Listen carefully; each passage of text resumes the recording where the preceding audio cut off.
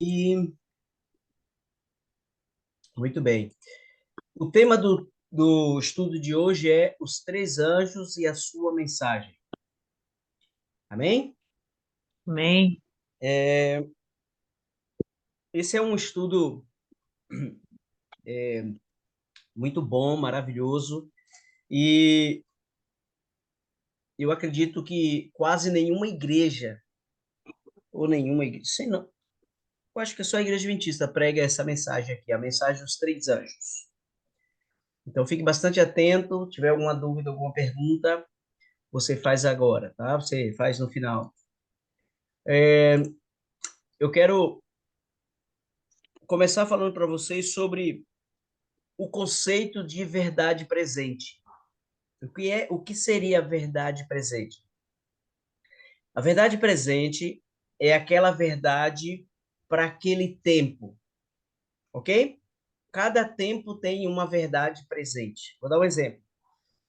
A verdade presente de Adão e Eva é não coma do fruto. Essa era a verdade. A verdade presente do tempo de Noé é entre na arca. Essa era a verdade presente do tempo de Noé, ok? A verdade presente do tempo de Abraão era confie em mim que eu farei de você uma grande nação, uma grande descendência, fé, ok? Então, cada época, uma verdade presente. A verdade presente do tempo de João Batista, arrependei-vos, o Messias está vindo, ok? Então, esse é o conceito de verdade presente. É a verdade para aquele tempo, o que era a mensagem bíblica para aquele tempo, tá bom? Como eu falei, o tempo de Adão e Eva, a verdade presente é não coma do fruto. De Adão, de Noé, entre na arca. Do tempo de João Batista, Jesus Cristo, o Cordeiro de Deus que tira o pecado do mundo. E as três mensagens angélicas? É a verdade presente para os últimos dias. Essa é a verdade presente para os nossos dias, para o tempo que nós estamos vivendo agora, ok? E o que é as três mensagens angélicas? Aí eu vou ler para vocês o que está em Apocalipse capítulo 14. Se tiver a sua Bíblia, abra a sua Bíblia aí para acompanhar. Apocalipse capítulo 14. A partir do verso 6, a gente lê assim: Vi outro anjo voando pelo meio do céu, tendo um evangelho eterno para pregar aos que se assentam sobre a terra, e a cada nação, e tribo, e língua, e povo, dizendo em grande voz: Temei a Deus e dá-lhe glória, pois é chegada a hora do seu juízo. E adorai aquele que fez os céus, a terra, o mar e a fonte das águas. Então, aqui está a mensagem dos três anjos. Então, aqui tem a mensagem dos três anjos. Qual é a mensagem do primeiro anjo? Evangelho eterno. O que mais? Vinda é a hora do seu juízo. Essa é a verdade presente. Então, primeiro existe um evangelho eterno. Segundo, a vinda e a hora do juízo. O juízo está próximo. É por isso que essa é a mensagem presente para os nossos dias. Porque no tempo de João, quando escreveu o Apocalipse, não era a hora do juízo. No tempo de outros, de Moisés, de Noé, não era tempo do juízo. No tempo dos apóstolos, não era tempo do juízo. O tempo do juízo é agora. Então, esta é a verdade presente para agora. Ok? Uma outra coisa interessante lembre-se que ele diz assim: temei a Deus e dar-lhe glória, porque é vinda a hora do juízo. Esse juízo estava relacionado com o ritual do santuário. Por que o ritual do santuário? Porque uma vez por ano, o sumo sacerdote entrava no lugar santíssimo para fazer a expiação pelo pecado do povo. Esse dia era chamado dia do juízo. Era o dia da purificação do santuário. Era o dia do julgamento para todo Israel. Representava julgamento final. Ok? Então, esse era o simbolismo que tinha dentro do santuário. Quando este texto é trazido para nós, o juízo final é quando Deus finalmente por fim ao pecado. quando Jesus voltar a este mundo e terminar a sua obra de redenção. É a mesma ideia da purificação do santuário, era simbolizado como o julgamento final. Ok? E dentro disso, existe uma profecia em Daniel 8,14, que diz: até 2.300 tardes de manhã, e o santuário será purificado. Quando a gente entra nessa profecia de Daniel, 2.300 tardes de manhãs, a gente percebe, indo para o livro de Esdras, capítulo 7, que este período começou em 457 e terminou em 1844. Ok? Eu não vou ter... Se a gente quiser, viu, Lígia? No próxima quinta-feira, eu falo sobre a profecia das 2.300 tardes manhãs, porque a gente vai precisar de uma noite, de um período só para explicar essa profecia. Para eu Ótimo. explicar o que é as 70 semanas, os 400 anos, como foi dividido em cada parte, como chegou até 1844. Mas a ideia Certo. é a mesma ideia do santuário. No final do período das 70 semanas, no final do período das 2.300 tardes e manhãs, dá início ao juízo, exatamente como era no santuário, o dia do juízo. Então, essa profecia diz que em 1844 começou o juízo de Deus, a primeira fase do juízo de Deus, porque o juízo de Deus ele é dividido em três partes, assim como o juízo dos seres humanos também é dividido em três partes.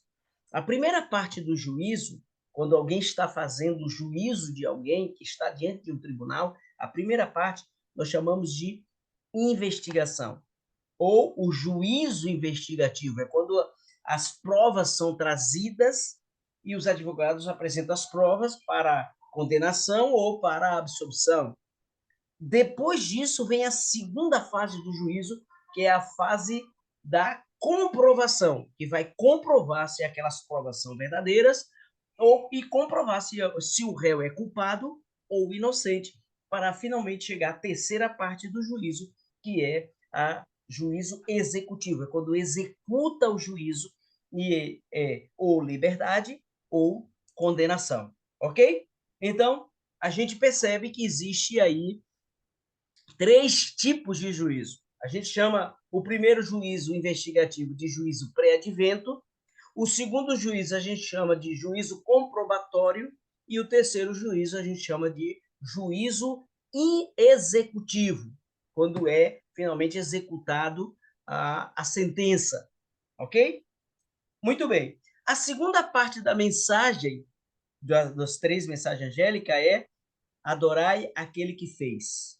Essa é a mensagem, né? Se você estiver aí com o Apocalipse aberto, você vai perceber que Apocalipse capítulo 14, ela tem essas três mensagens. Na primeira mensagem é temei a Deus e dá-lhe glória, porque é chegada a hora do seu juízo. A segunda parte da mensagem temei a Deus e dá-lhe glória. Aí a segunda mensagem angélica, a segunda parte da mensagem é e adorai aquele que fez os céus, a terra, o mar e a fonte das águas. Isso aqui é a segunda parte da primeira mensagem, ok? Adorai aquele que fez. Essa mensagem, adorai aquele que fez, tem duas mensagens implícitas aí. A primeira é a quem devemos adorar. E a segunda é cremos que aquele que devemos adorar é o mesmo que fez, é o nosso Criador, é o Criador, ok? Então vamos lá. Quando a gente olha para Gênesis, capítulo 20, do verso 8 ao verso 11, a gente percebe que as mesmas ideias de adoração estão implícitas ali, tá vendo? Vamos lá, vamos ler Apocalipse capítulo 20, verso de 8 a 11. Olha que interessante, se você estiver com sua Bíblia na mão, abra Êxodo capítulo 20, de 8 até 11. Êxodo capítulo 20, de 8 até 11. É as mesmas ideias, né? As mesmas ideias do juízo, ok? Diz assim, Lembra-te do dia de sábado para santificar, 6 dias trabalharás, farás toda a tua obra, mas o sétimo dia é o sábado do Senhor teu Deus. Não farás nenhum trabalho, nem tu, nem teu filho, nem tua filha, nem teu servo, nem tua serva, nem o animal, nem o forasteiro das tuas portas para dentro, porque em 6 dias fez o Senhor os céus, a terra, o mar, tudo que nele há, e ao sétimo dia descansou. Por isso, abençoou o dia de sábado e o santificou. Percebe que tem as mesmas ideias. Qual é a mesma ideia? Adorai, né? Aqui está dizendo para adorai, e aquele que fez. É a mesma ideia, tá? É a mesma ideia. Muito bem. A segunda mensagem angélica está em Apocalipse capítulo 8, 14 e o verso 8, que diz assim: Seguiu-se outro anjo, segundo dizendo: Caiu, caiu a grande Babilônia, que tem dado a beber a todas as nações do vinho da fúria da sua prostituição. Veja, se a primeira mensagem manda a gente ficar atento com relação ao juízo, a segunda mensagem diz para ficarmos atentos com relação à Babilônia. Ok? Aqui é uma mensagem direta, tá?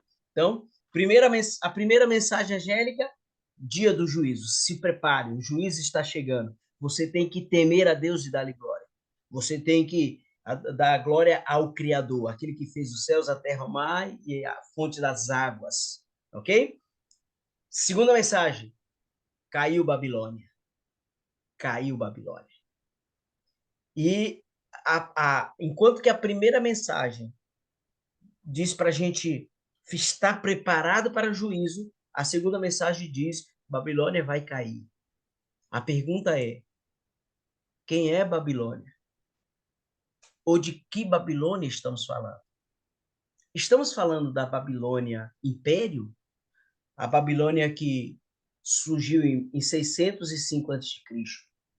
e foi sucumbida e dominada pelos Medos e Persas em 539 a.C., ou é outra Babilônia?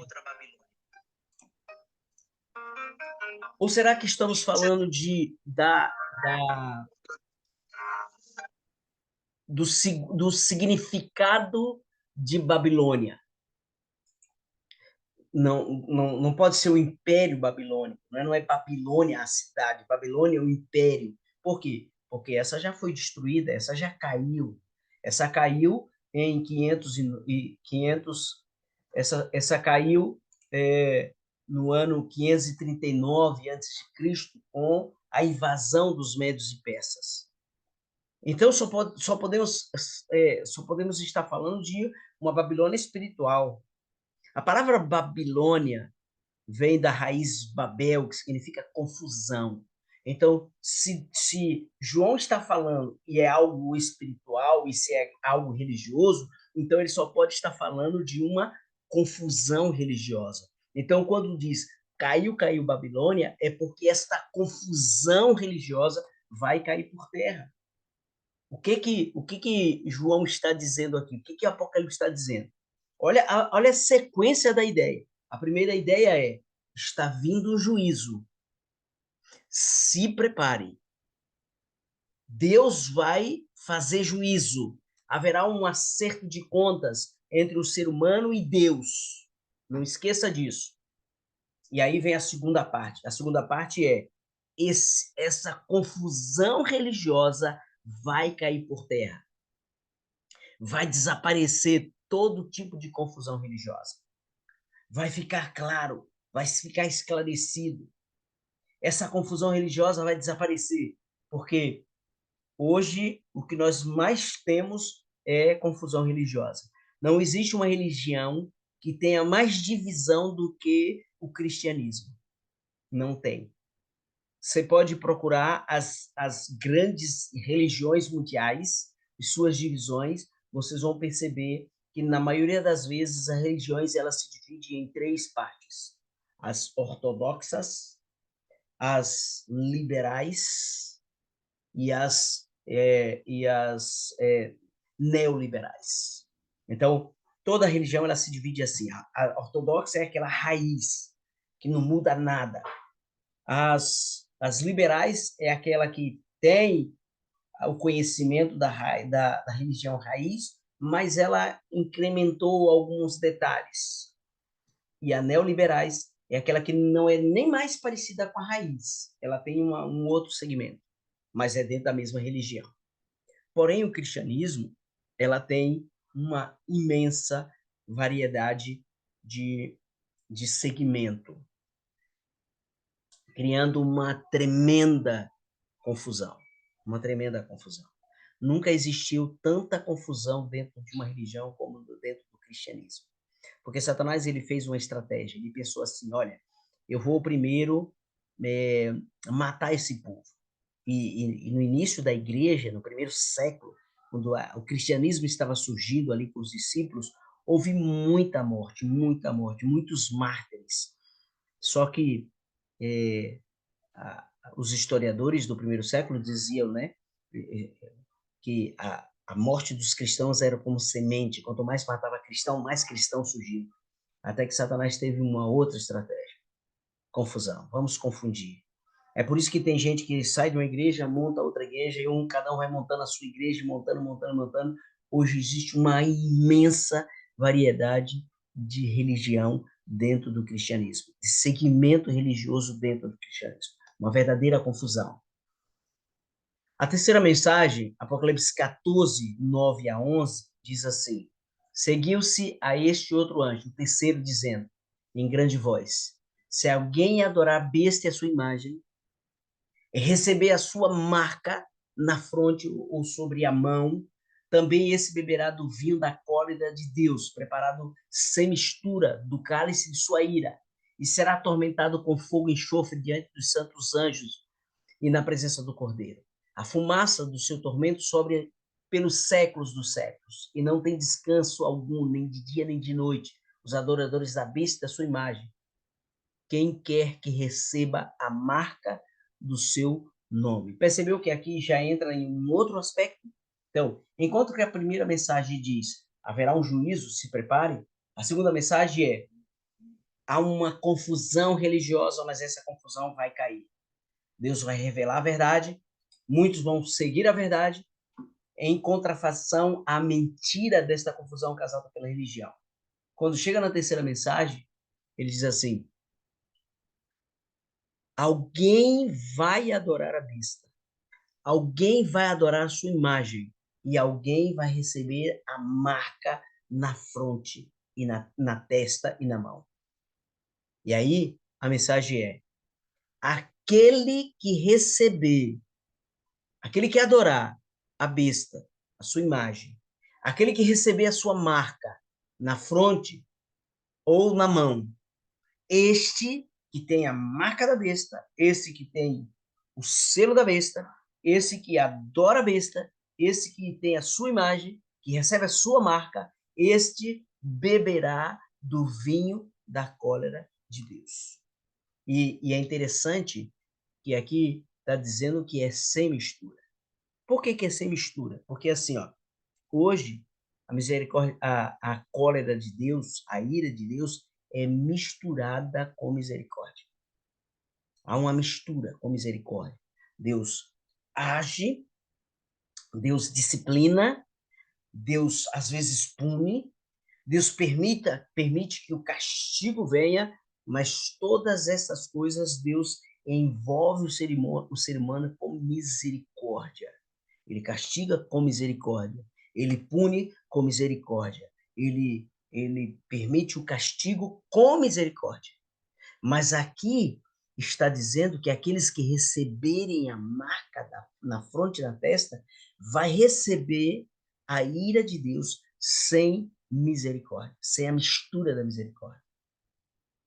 E por isso que estes que receberem a cólera de Deus sem mistura com misericórdia será atormentado com fogo, com enxofre, diante dos anjos de Deus. Aqui é quando recebe o castigo final. Aqui é quando sente o peso da justiça de Deus sem misericórdia. É quando Deus faz justiça. É quando o juízo final acontece. É quando acontece a eliminação do mal, é quando acaba o mal, é quando finalmente o mal termina, ok? É por isso que existe o selo de Deus e a marca da besta. A gente já viu isso no estudo anterior, e a gente viu que o selo de Deus é o sábado, e o selo da besta é o domingo, como instituição do poder papal, como símbolo do poder papal, ok? A gente viu isso aqui. O selo levava o nome, o cargo, a função e a jurisdição do seu dono. O selo não era como é hoje, né? Que você é um papel que você cola na carta. Mas o selo antigamente era um carimbo, e nesse carimbo tinha um nome, tinha um cargo que era a função e a jurisdição, o domínio. Quando a gente vai para o selo de Deus, que a gente já leu lá em Apocalipse capítulo 20, verso 8, a gente percebe que neste quarto mandamento tem exatamente as características do selo, o nome, o cargo e a jurisdição. Vamos lá para a gente ver? Olha que interessante. Êxodo capítulo 20, a gente já leu, mas eu vou ler de novo. O texto diz assim, olha que texto interessante. Lembra-te do dia de sábado para santificar. 6 dias trabalharás, farás toda a tua obra. Mas o sétimo dia é o sábado do Senhor teu Deus. Aqui está o nome, no selo, nome, Senhor teu Deus, ok? Aí depois diz assim, Senhor teu Deus, não farás nenhum trabalho, nem tu, nem teu filho, nem tua filha, nem teu servo, nem tua serva, nem o animal, nem o forasteiro das portas para dentro. Porque em 6 dias fez. Aqui está o cargo e função. Fez, criador. Ele é o criador. Ele fez os céus, a terra, o mar, a fonte das águas. Ele é o criador. Ok? O criador. E o último aqui, jurisdição. Jurisdição. A jurisdição dele é os céus, a terra e o mar e a fonte das águas. A jurisdição de Deus está todas relatada dentro deste mandamento. É por isso que a Bíblia deixa claro que o selo de Deus só pode ser os mandamentos, incluindo exatamente o quarto mandamento, que tem as características do selo do seu dono.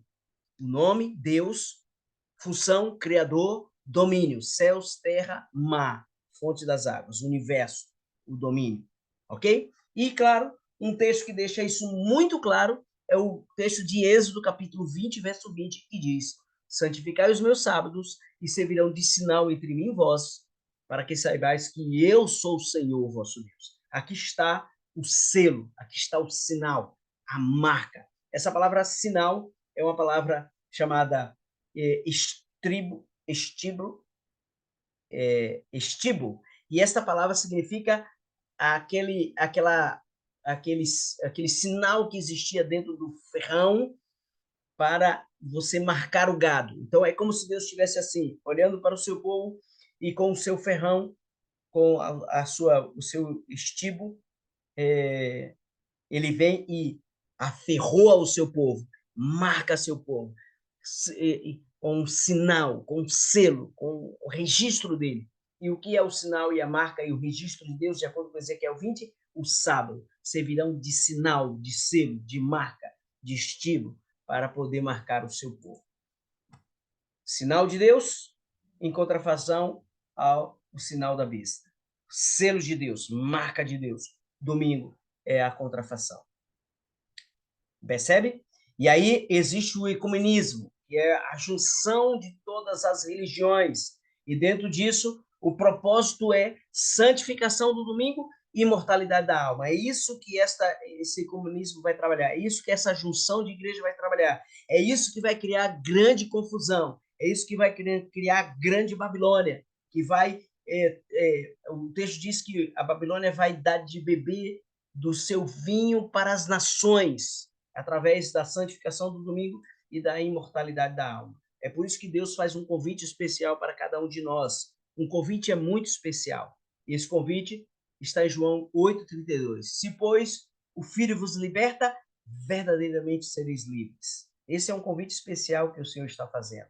O outro convite que Deus faz está aqui em Apocalipse capítulo 18 e o verso 4. Olha Apocalipse capítulo 18 e o verso 4. Se você estiver com a sua Bíblia aberta, e quiser ler esse texto, o texto diz assim: ouvi outra voz do céu dizendo: sai dela, povo meu. Sai, e se você ler o contexto do capítulo 18, vai ver que ela é Babilônia. Sai dela, povo meu, para não serdes cúmplice dos seus pecados e para não participardes do seu flagelo.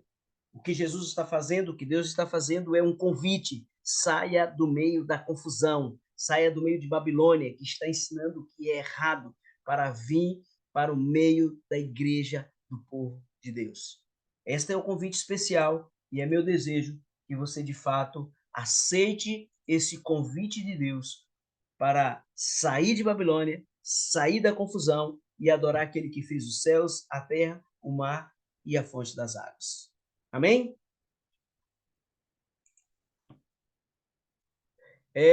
Como de costume, já falei para vocês, a gente encerra isso aqui agora e a gente volta no mesmo link para a gente poder responder as perguntas e as respostas, tá bom?